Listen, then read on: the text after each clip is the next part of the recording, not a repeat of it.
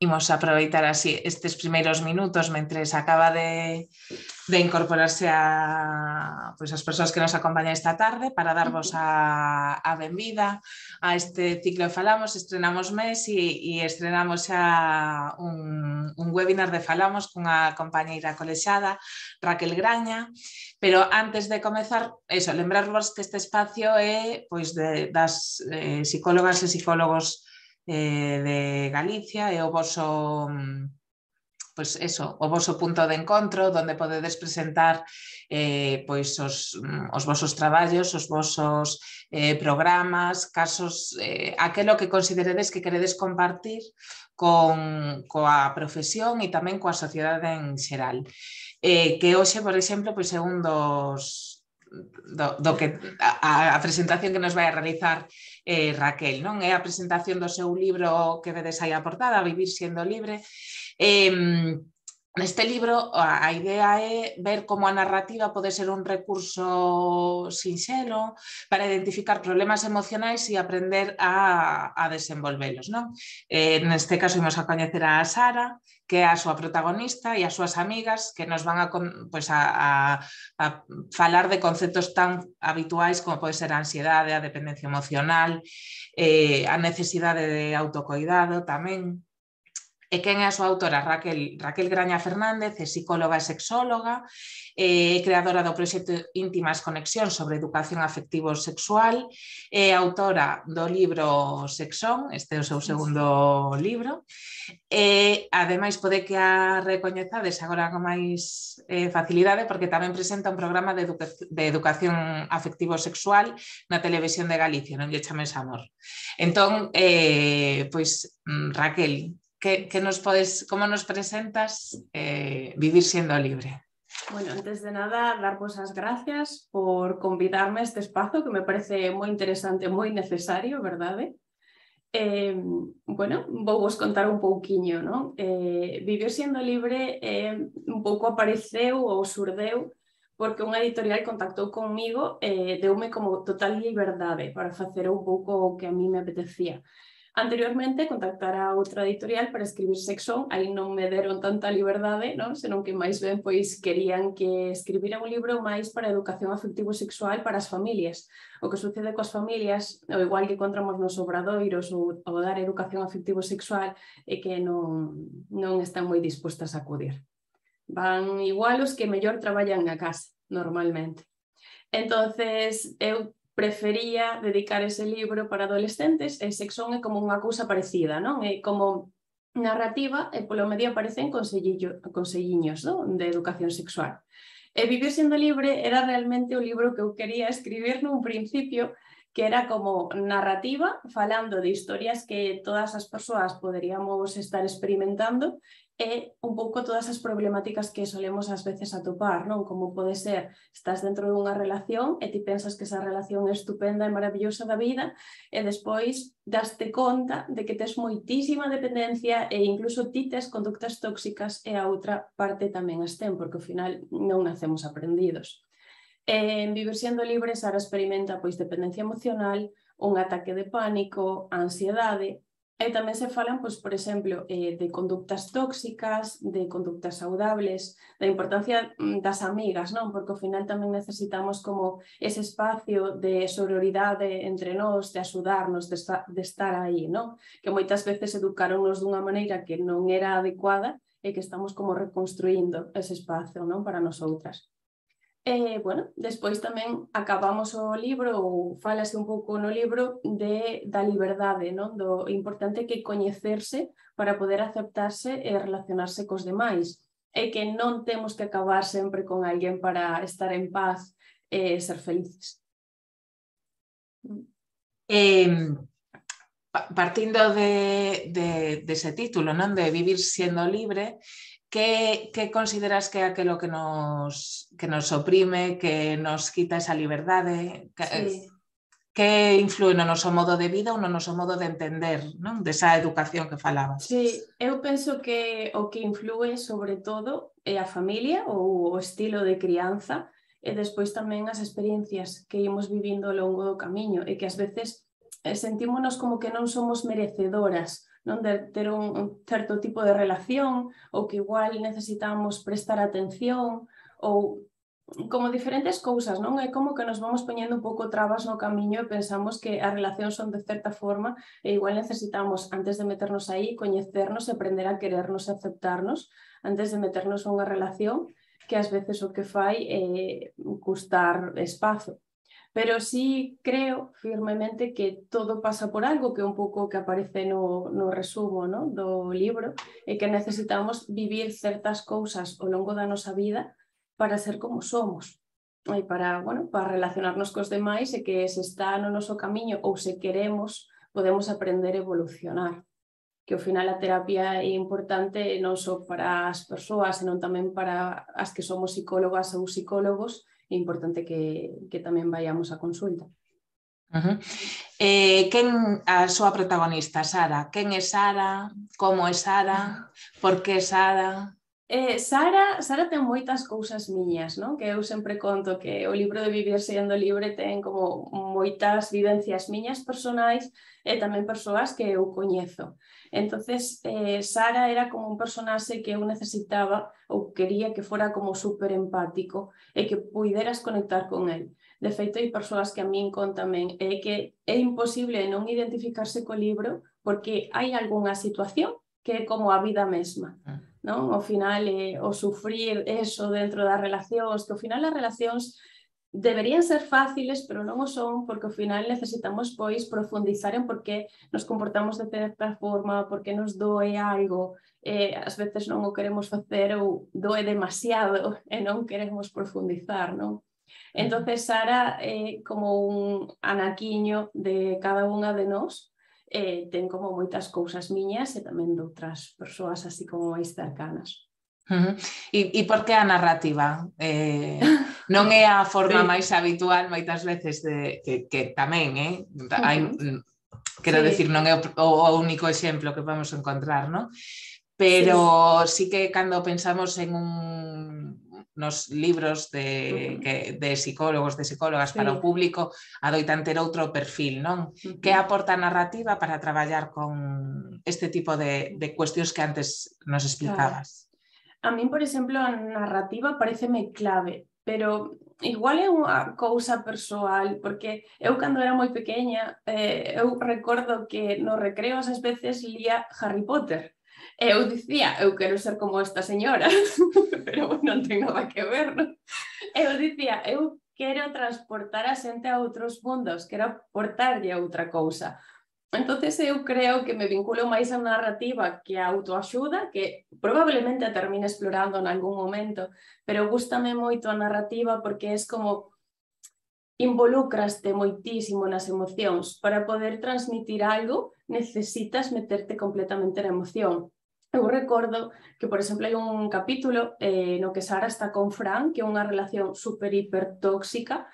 Eu estaba tan metida escribindo ese capítulo e sufrindo tanto que quería acabar xa de escribir todos os capítulos que estaba este rapaz polo medio, que estaba en Ibiza coa miña parella e dicíame, bueno, imos facer X cousa. Eu dicíalle, estou tan enfadada que non podo facer nada, necesito irme dar un paseo e cambiar de emoción, porque claro, se ti queres transmitir algo, para min, polo menos no meu caso, haberá outros igual escritores que non o necesiten, pero eu sí necesito vincularme a emoción para poder transmitilo, e eu penso que é unha forma distinta. Sí é certo que a día de hoxe están gustando moitísimos libros de autoaxuda e que cada vez se leen máis e a xente está como máis partidaria, pero eu creo que tamén é interesante, non? A parte da narrativa, porque é un enfoque como distinto, cercano, e que se queres podes como coller moitas cousiñas do libro. Para algunhas persoas pode ser que sea un libro sen máis de narrativa e outras dirán, ostras, é que a min pásame precisamente iso ou coñezo algunha persoa e veránse aí como reflexadas. Cales son aqueles aspectos máis xa como psicóloga que crees importante que tocas en este libro, non? Falábamos antes da dependencia emocional, que o mellor é un concepto que sí que se coñece, pero que o mellor non é tan simple identificalo, non? Ou un ataque de pánico, dicir que Sí. Esa parte que máis do contido psicolóxico. Claro, a parte de dependencia emocional é cando xiras 24/7 en torno a alguén. É dicir, ti non planificas nada para ti, idealizas a outra persoa, consideraste moitas veces inferior a ela, incluso pode pasar en relacións de parella, en amizades, non? É como que vives a sombra, non? Desa persoa un pouco. Incluso ás veces relacionanse de forma codependente, non? Como necesitando cuidar ou necesitando, pois, imos dicir controlar, non? Porque ás veces o cuidado disfrázase de control. Hai control ás veces entre este tipo de conductas. Por exemplo, o tema do ataque do pánico, eu decidí metelo porque é certo que en consulta podese tratar, pero eu considero que se o experimentas en algún momento da túa vida é distinto. Eu tive ataques de pánico, 2 en concreto, ao longo da miña vida. Entonces, entendo perfectamente ese tipo de situacións, porque despois de experimentalas que sintes moito medo, non? A mí non me pasou de volver a experimentar e ter como ese medo recurrente de vaime volver a pasar, pero sí experimentei esa falta de aire, esa taquicardia, ese sentir que vaiche pasar algo, que estás soa e que non sabes con quen contar. En concreto pasoume cando estaba facendo as prácticas de sexoloxía en Madrid, co cal estaba completamente soa. Entonces, eu creo que hai cousiñas que sí que necesitamos ver e esa forma, a narrativa, axúdanos un montón, non? Como a conectar co que é realmente a parte psicolóxica e a poder entendela. É igual que estivo fai tempo moi de moda as persoas tóxicas, e non son persoas, senón que son conductas. Son conductas aprendidas en casa, aprendidas no entorno ou aprendidas para sobrevivir no día a día. Son aceitadas ou non? Pois a maioría non o serán. Pero claro, igual a persoa tampouco é consciente diso e tampouco habería igual que machacar, senón que revisar que sucede. Como foi o proceso de ese proceso de escrita, de construción das personaxes, porque hai ese peso, non falamos máis de Sara, pero están as súas amigas, están esa parella, hai moito máis, non? Hai. Como foi ese proceso de construción das personaxes, da historia? Eu quería que estivera Sara de protagonista, pero lóxicamente quería que tivera as súas compañeiras, non? Que en este caso pois eran Carlota e Álex. Consideraba que era importante que cada un deses personaxes tivera cousas distintas para que enriquecera a vida de quen puidera ler o libro. En concreto, Carlota é unha rapaza que é autónoma, ten unha tenda ecolóxica, está casada, bueno, está nun matrimonio que como bastante aburrido, monótono, teñen un neno pequeno, están como nesa situación de que ela constantemente lle está dicindo cousas, repetíndolle cousas, el pasa de todo, cando chega o último momento é como que cambia. Realmente eses cambios non son porque saen del, senón porque son obligados por medo a que o deixe.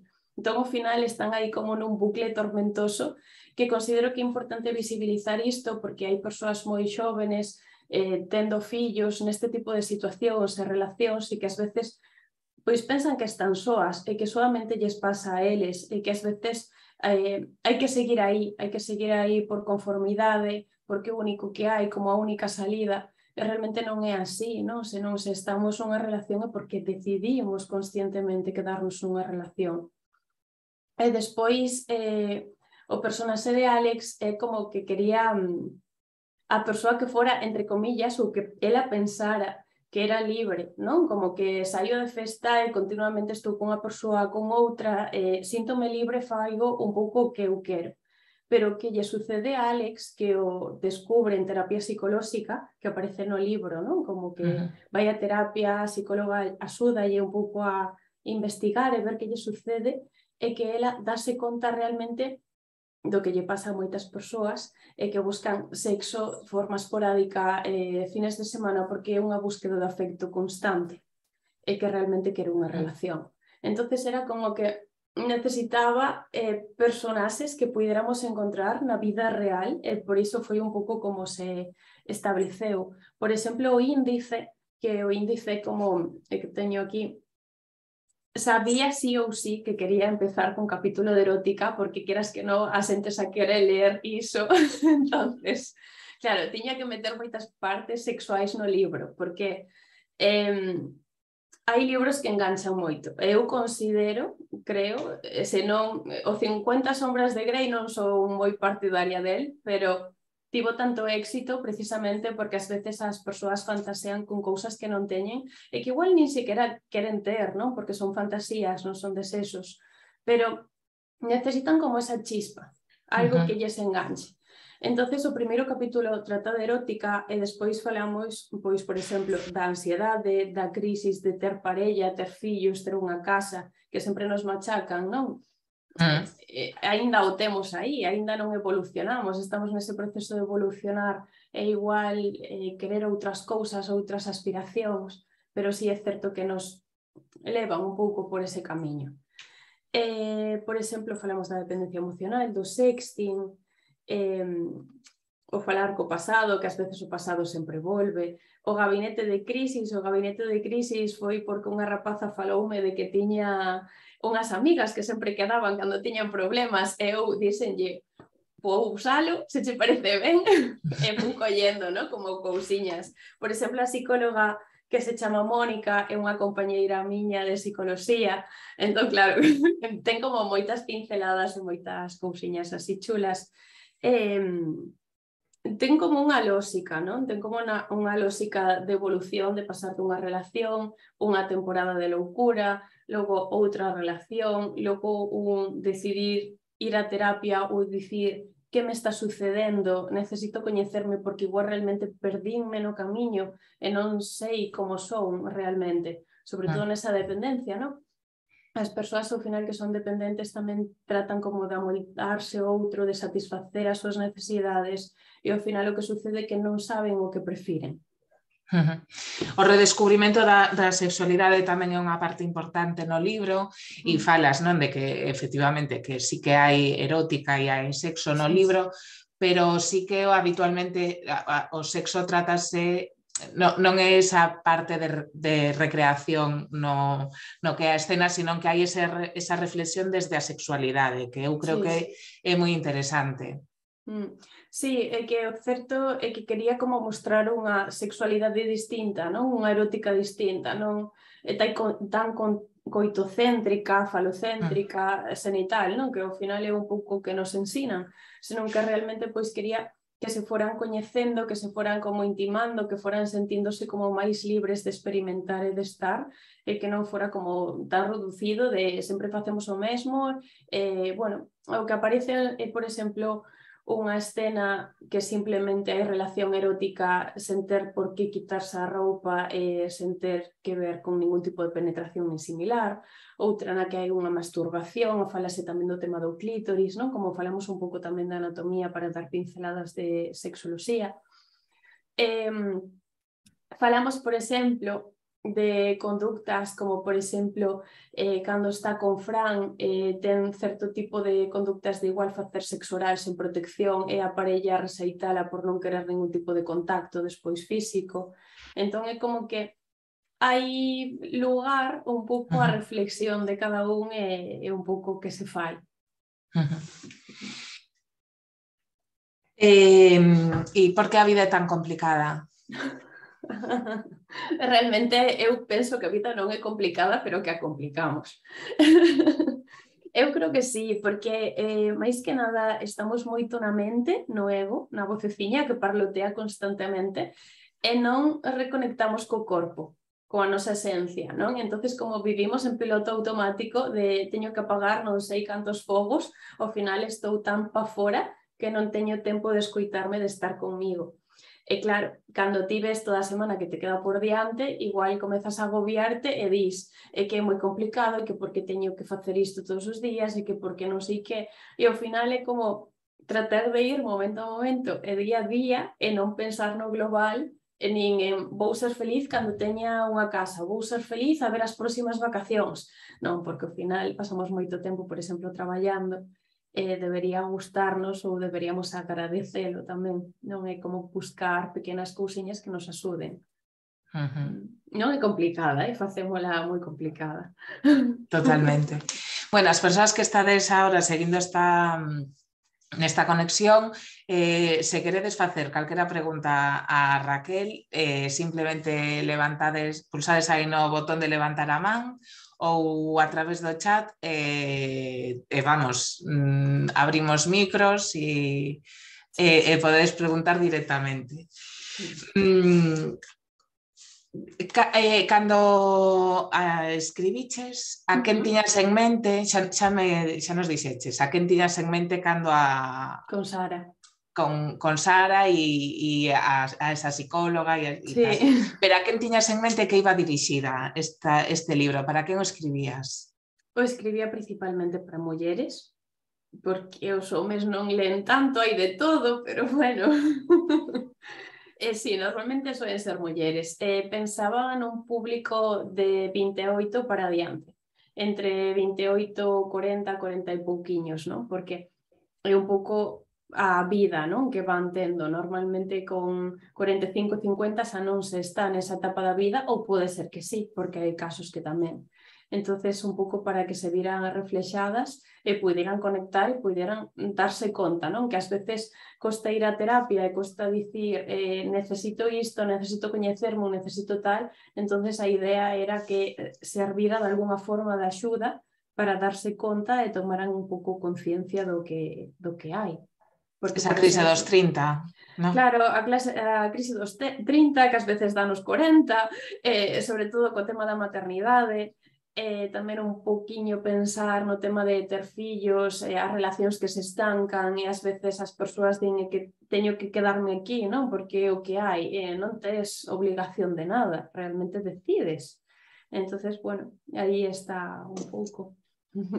Tamén esa imaxe que é moi bonita, non? De tomar un café con noso pasado, non? De mirar sin xulgar aquelas decisións ou vivencias ou tal, é tamén un momento interesante. Sí, porque ao final todo o noso bagaxe, non? A mochila ou todo iso que vivimos ten un sentido para estar onde estamos a día de hoxe, como evolucionou o noso camiño e que por algo estamos aquí, non? Entonces, ao final, eu penso que case todos miramos, por exemplo, a nosa adolescencia e dicimos menos mal que fun consciente, menos mal que non existían as redes sociais e menos mal moitas cousas, non? Entonces, ao final non é mirar o pasado con puden ter outras cousas ou puden convertirme ou comportarme de X maneira, non? Senón é como agradecer e perdoar tamén para tratar de ser libre, non? Porque ao final en ese momento igual non tiña esas ferramentas que tes agora, un pouco ser comprensiva e amable. É interesante que saques aí das redes sociais, porque en isto de vivir sendo libre e a ditadura da felicidade das redes sociais... Sí, é que de feito eu creo que despois da ansiedade da depresión o problema que temos é a adicción a non sei que facer, estou co teléfono móvil, estou esperando o autobús, estou co teléfono móvil, así, constantemente. E o relato da nosa propia vida a través das redes sociais, non? Que esa ditadura, a felicidade, non? Sí, porque parece que non existe nada máis, é igual que cando preguntamos que tal estás e todos respondemos que ben, porque facemos todos. Entonces, eu penso que aínda nos queda bastante camiño, non? Que sí que hai persoas que igual visibilizan máis o tema emocional e como se atopan e como están, pero o problema que temos un pouco coas redes sociais é como o trolling, non? O trolling é como os trolls que hai por detrás e ti nunca vas a ver quen está, é como... a René, non me acordo agora do apellido, pero é estadounidense que fala do tema de autoestima e demais. Ela dicía, se ti non estás no mesmo punto que estou eu, estás expoñéndote, non vale, para min non vale o teu comentario. Por que? Porque non é o mesmo facer un comentario expoñerte estando no mesmo punto, non? De expoñerse públicamente a estar por detrás. Entón, ao final, eu considero que é importante non ter en conta de onde veñen ás veces as cousas e como se expoñen. Pero sí que é certo que vivimos como nesa eterna felicidade constante e que hai que visibilizar que todos temos altos e baixos e que é imposible estar arriba constantemente. De feito, cada vez máis falase, non? A xente fala máis de que ten ansiedade, de que tipo de emoción se está sentindo, de como vai evolucionando, de que vai a terapia. É algo moi bonito e necesario. Dende a túa experiencia como sexóloga, como psicóloga, como ves a situación da educación emocional, afectiva e sexual das xeracións máis novas que veñen? É complicado porque teñen outro tipo de recursos que nós non tiñamos. Eu, por exemplo, recordo que fai 2 anos prácticamente TikTok non se utilizaba. Agora mesmo sí, faigo talleres falando do tema de TikTok. TikTok é super adictivo, cando te das conta pasas aí media hora ou unha hora e perdes a vida completamente nesa red social. En Instagram tamén, non? Porque ao final faz scroll e estás como non vives o presente, vives a vida externa. É como super tóxico. Entonces eu o que máis me atopo é que lles gusta moito, non? É que lles gusta moito o tema das redes sociais, coñecen a vida de todo o mundo, é como todo moi accesible, moi fácil. O que ves o máis importante é que igual as familias poñen límites. Que pasa? Que eu sempre lles digo, idealmente non dar o teléfono móvil ata os 15 anos, pero a ver quen aguanta ata os 15 anos o adolescente. Sí. E ás veces trae máis problemas que outra cousa, incluso que os bebés se lles dá, non? A pantalla do teléfono móvil para que non moleste, e antes non había ese tipo de cousas. Entón eu penso que cada vez igual hai máis problemas de hiperactividade, non? De falta de atención, necesitan como máis estímulos, custalles un pouco moitísimo frustrarse, a tolerancia, non? Tes que intentalo outra vez, tes que probar, non podes sair a primeira porque senón todo sería moi aburrido. E non valoraríamos as cousas. Entonces, ao final é como tes que reeducar noutros puntos que as xeracións anteriores non estaban aí. O bo é que igual sí que falan máis de emocións, vale? Igual sí que conectan máis coas emocións. Non é que teñan unha educación afectivo-sexual moi elevada, porque non a hai, vale? Aínda non existe, sabemos que non existe como, o sea, sí está contemplada no boletín oficial, pero non todos os centros a teñen de forma moi puntual. Ás veces sí é certo que hai profesorado que dá educación afectivo-sexual, pero igual non o fai coa formación adecuada. Entonces, bueno, hai cousiñas aí que hai que rascar, tamén un pouco dicirlles que non hai que prohibir, senón explicar. Non como o caso do porno, non? Que hai que explicarlles que son fantasías, que non é realidade, é un pouco todo o que hai para que evalúen e que se sean conscientes, e non dicirlles, non mires nunca isto é malo, non? Porque todo o que é malo e prohibido, ao final van querer facelo. Entonces hai que explicar e ser consecuentes. Insisto, quen queira facer algunha pregunta... Que é completamente libre aí. Sí, totalmente. E que tal a experiencia de divulgación? Porque moitas veces a profesión está na intervención, sí. Pero a parte divulgativa pois é sobre todo enfocada ao gran público, non? Como é esa experiencia? Refíreste ao tema de redes sociais? Ou... No, refírome, pois, pode ser a experiencia dos libros, da televisión, os distintos, o teu proxecto previo... Claro, aí tes moitas cousas. As redes sociais, por exemplo, e a mi YouTube en concreto levoume moitas crisis de ansiedade. Levoume moitas crisis de ansiedade ata que chegou un punto que eu dixen necesito que alguén me axude, porque en ese momento estaba facendo todo sola. Entonces, desde fai uns anos, non sei cantos, teño un editor que edita os vídeos, súbeos e eu non miro para a plataforma. Entonces, non sei nada, estou aí como máis desconectada. Unha limpeza. Claro, sí, porque o que sucedía, sobre todo nese momento, era como, era muller falando de sexoloxía, era un mundo hiper machista, pero hiper machista, entonces enfadábame un montón e non me valía a pena. Agora mesmo sí é certo que teño un público máis amable, máis feminista, pero nese momento non, porque nunca sabes a onde chegan os vídeos e o tipo de educación que se ten.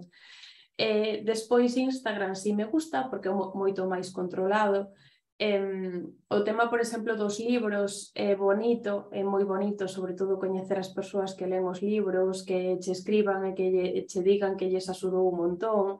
O libro de Sexón, por exemplo, é un libro que lle teño un montón de cariño e que hai profes que o teñen como lectura obligatoria en terceiro e cuarto da ESO, que é como moi guai, porque eu recordo os libros que me mandaban ler e non me gustaban nada, entonces é distinto. Incluso algunha rapaza escríbeme, contame que yo mandan na escola e que ten que facer as sinopsis, logo o exame, logo contame a nota que ten por redes sociais. Bonito. Entonces, sí, é moi guai, é moi guai. E claro, eu se non é por eles non o sei, porque ás veces os profesores non contactan conmigo, entonces eu non sei o que fan ou deixan de facer, non? Pero ás veces por curiosidade buscan en Instagram e falamos. Por exemplo, o tema da televisión, que era un formato completamente novo que comezamos a gravar en decembro, mira, este mes, do ano pasado, foi moi estresante.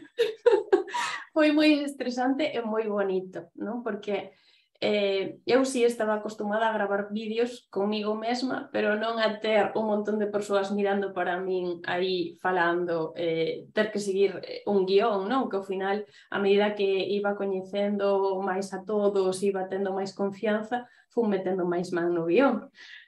Dábame un pouco máis de permiso. Pero non é fácil de primeira, sobre todo porque, bueno, atopaste un pouco de todo, non? Pero, bueno, o resultado é bonito, a xente está lle gustando un montón, as horas non nos axudan, as 12 da noite, pero, bueno, aí está, eso xa non é cousa da productora. Non. É certo que, bueno, creo que estamos disuadindo de facer divulgación, porque o que queda claro que é estresante, A ver, depende como a leves, non? Porque, mira, fai pouco eu falaba con Adriana, que tamén é psicóloga e sexóloga da zona de Santiago. Ela dicíame, a xestión que tes das redes sociais deberías falar diso, porque eu creo que é importante porque a todos nos gusta ou non nos gusta directamente falar delas.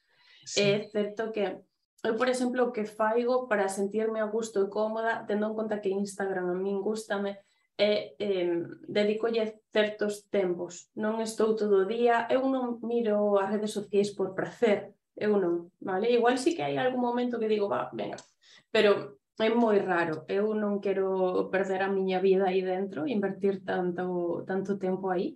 Entón, o que fago é como uns ratiños, o fin de semana, igual paso todo o fin de semana, un domingo, un sábado sen ningún tipo de exposición, se estou de vacacións, por exemplo, elimino ás veces as redes sociais. Entonces eu considero que todo en exceso é malo e que hai pois un pouco que delimitar os tempos para sentirte ti cómoda, pero sempre que te sintas cómoda. Porque, por exemplo, a min hai persoas que sí que me preguntan como comezar nas redes. Eu digo, a rede social que máis che guste, ten que gustarte. Se non che gusta, vai ser como unha esclavitude e terminarás deixando, non? Entón, ao final, se che gustan os directos, tira por Twitch. Se te gustan os vídeos, pois igual podes utilizar ese contido tamén para Instagram e para YouTube, te vas probando, vas estando, non? Pero, bueno, tamén hai que ter en conta que vivimos nunha época en que queremos todo rápido, todo xa, o contido como fácil ou moi masticado, e que sí que é certo que tratamos de adaptarnos a iso que a xente demanda, pero ti podes contar moitas cousas, que eu conto moitas cousas, pero non sabes o que van facer os demais, non? Pero aí xa escapa o teu control. Eu, por exemplo, sí recibí moitas críticas de persoas por tema de contido psicolóxico ou tema de contido sexolóxico, porque era como todo iso, pois igual non é así, non? Senón que tes que facelo, pois igual unha consulta ou de outra forma, ou con máis tempo, ou con máis tal.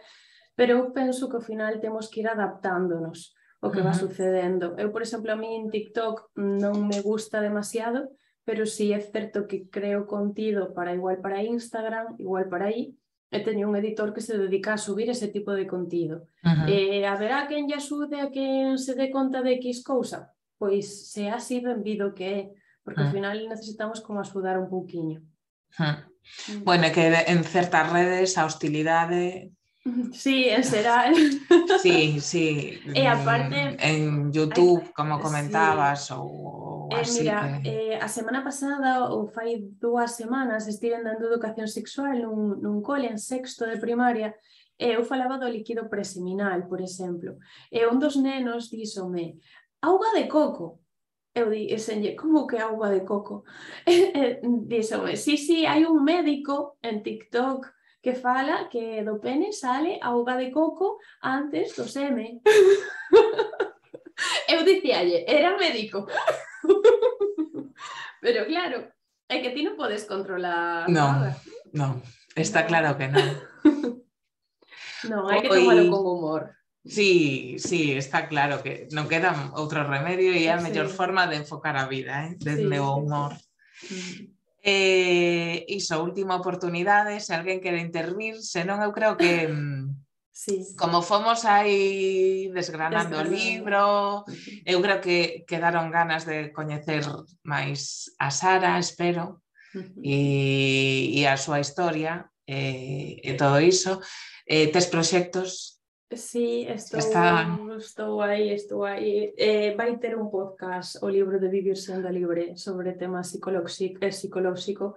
Estou escribindo os podcasts para poder tramitar as datas de grabación, así que elixiremos como os temas centrais, non? Como a dependencia emocional, a importancia das amigas, o tema da ansiedade, e a partir de aí irase desglosando máis un aspecto psicolóxico que imagino que en 2023 estará disponible aí en Nas plataformas. plataformas. Sí. Que ben, pois quedamos pendentes, estaremos aí atentas para compartilo Sí.